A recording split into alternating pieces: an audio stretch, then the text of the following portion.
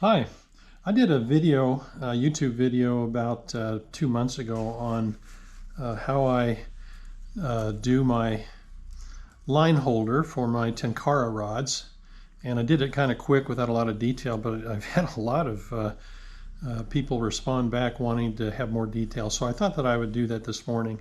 Basically, as most of you know, you have many different systems. You have these kind of things that you can buy, and they clip on, and they have a little foam pad there where you can do your hook. But you'll notice it's only about 4, maybe 5 inches long there.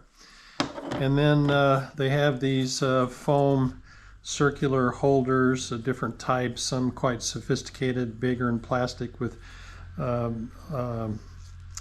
fly holders. And then you've got these little guys here that you can wrap around it. I was actually using those more than almost anything just because of the style of things that I enjoy doing. I always hated wrapping it so much, and even went to a larger look how big this dude is here, and that was kind of helpful, and it gave me the idea that we're wrapping him so much when we move from spot to spot. I don't know if you have the same experience I do, but when you're Tenkara fishing in really tight areas, I need to collapse my rod every time, because I always get the rod stuck in trees, or the line grabs a branch, or the flies catch on grass. I'm sure you've had the same experience. I just found that it's just easier just to wrap it up, lock it, and go to a new spot and lock and load again. But what I found is that speeds me up quite a bit is I have many different rods. I have probably over 45 Tenkara rods, some cheap, but lately I've bought maybe 20 really nice ones, and I rig them up with I call it the button system. Now, I've seen this system sold commercially, and the reason I'm doing this video is to show you how you can do it very inexpensively, and perhaps even a little bit better. But as I mentioned, there are all these different kinds of attachments here, which are pretty good, pretty traditional. These are good because you can slide them over the end of the rod. But I found from a timing standpoint that when I'm trying to move from spot to spot, if I have this system here, this is called the Rocky, and it's a little bit longer Tenkara rod than others.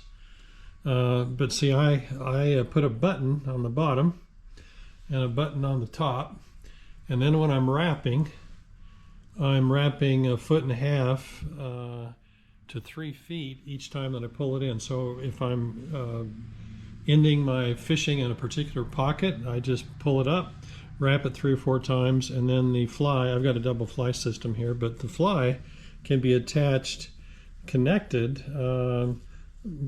to the rubber bands on either end of the buttons based upon which one is closer. So it makes for real easy retrieval and moving from spot to spot. And then the lines stay straighter because they don't have so much memory of wrapping around these dudes here when you're fishing. So how do I do it? Basically, I order from Temu these bags of rubber bands, different sizes, which are somewhat helpful. If you've got a small rod or you're putting it on a tight spot, you have smaller rubber bands. If it's a little bit wider rod or handle, then you can use a bigger rubber band. But I order these rubber bands from Temu, and they're like $3 a bag, and more rubber bands than I'll ever use in my life. And then at first I ordered some buttons from Temu, and I had to have a Dremel drill, and I would take the buttons and I would open up 2 holes on one side and 2 holes on the other, resulting in this kind of a setup here. However, later on, because when you order on Temu, they try and solicit similar things, I saw that you could actually order these buttons that already have it all done. Wooden buttons, which is kind of nice, and they're all shellacked, varnished, whatever, and look really classy when you're putting it on a rod. This rod, because it's bigger, you see I have the original buttons that I did, but the newer buttons, that's how they look when they're on the rod. Now you can put these on the rod from one end of the cork handle to the other if you want. I like to have it higher because it means less wrapping, and this never gets in the way because sometimes I hold my rod at the upper part of the handle. I rarely handle my rods at the very end, so this is never in the way. So that's kind of how I work it. Now I will try and show you how I attach one, just how easy it is. I'll take this rod here and show you. So I'm going to attach this one here at the end, and I will put this one at the upper end of this handle because this is a longer handle than normal, and this is an extension rod, so if I were to put the button here, it would cover up the information on the rod. And then I always get these golf course stickers that you use for golf clubs, and I buy these and I stick them on every rod I have. I don't know if you've done this, but I've gone backpacking and I take 2 or 3 rods with me because they're so easy to carry, and it means that the rods themselves I might rig differently. I might have dry on one and dry dropper on another, and maybe even a streamer on another one. So I buy these little golf tags that have my name, email address, and phone number in case I lose them. But I lost one rod that just fell out of my pack, and someday someone's going to find that rod, and if luck is with me, they might contact me, or they'll know who was the Santa Claus of that particular rod for them. So anyway, again, what I do is I take the rubber band and I just push it through one side of the button, pull it out quite a bit to make it easier to push through this side, and then you end up having the rubber band equidistant on the bottom there.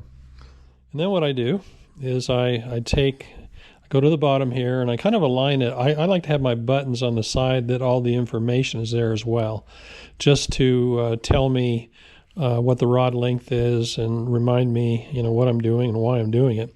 So anyway, you just kind of set the button on top of the alignment area, and then I hold the rod like this. And the first loop is hard to do, but you just kind of take that rubber band and you stretch it and you pull it over the other extended rubber band.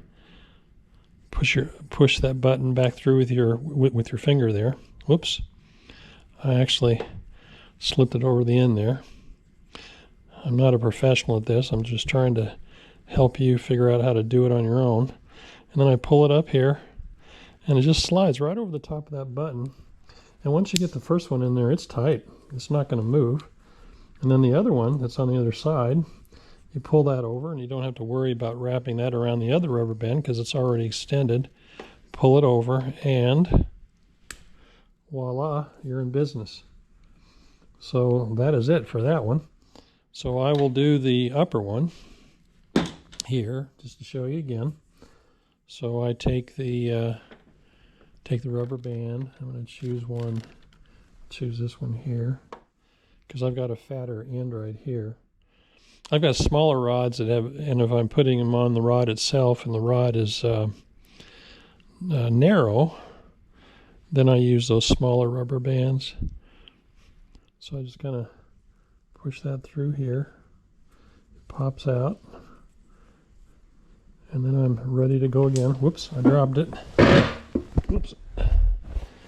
Dropped it. And then come up here to the top of this one.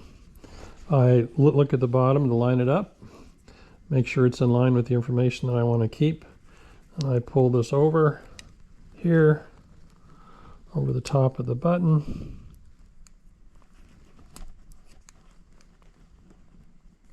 like this, and then I'm good to go. And I take the other one, wrap it around like that, and finished. So this rod is all set up. So the other thing that I do is when I'm done fishing, is I don't keep these caps.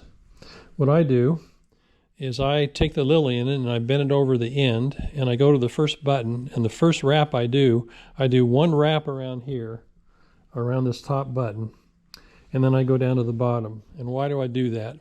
That creates tension between the top of the Lillian to the first button, so that Lillian doesn't pop out.